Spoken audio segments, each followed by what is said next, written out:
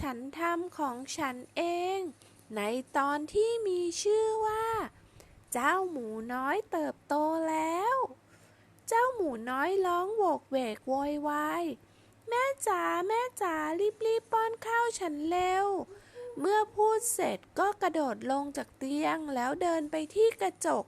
มองดูตัวเองที่ยังไม่ได้ใส่เสื้อผ้าแล้วได้ตะโกนขึ้นอีกครั้ง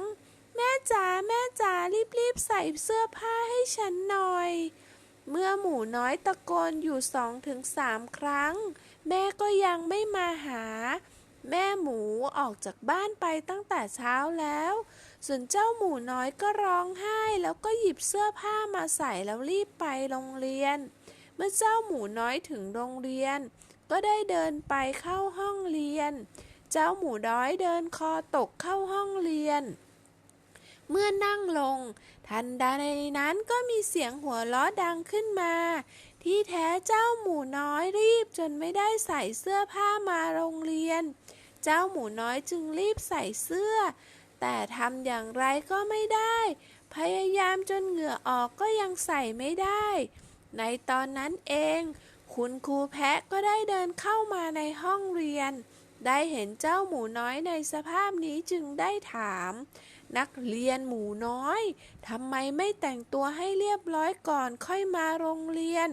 เจ้าหมูน้อยหน้าแดงและพูดตะกุกตะกักกลับไปว่าฉันใส่เสื้อผ้าเองไม่เป็นทุกทีเป็นคุณแม่ช่วยใส่ให้คุณครูแพะวางของในมือลงแล้วช่วยเจ้าหมูน้อยใส่เสื้อผ้าและกล่าวกับทุกคนในห้องว่านักเรียนทุกคนเรื่องของตัวเองถ้าไม่ทำด้วยตัวเอง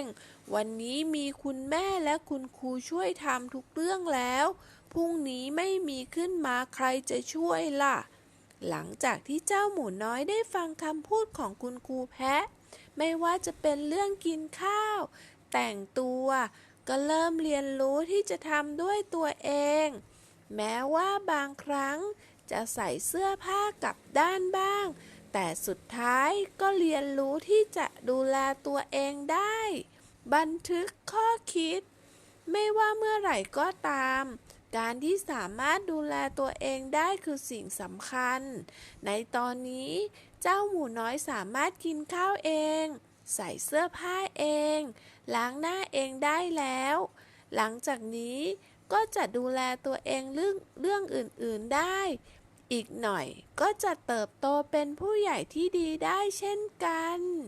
จบแล้วนะคะเด็กๆสำหรับนิทานในตอนนี้นะคะหวังว่าเด็กๆคงชอบนะแล้วอย่าลืมทำอะไรด้วยตัวเองนะคะสำหรับวันนี้มาม่ากับน้องบิ๊กไปก่อนนะคะบ๊ายบาย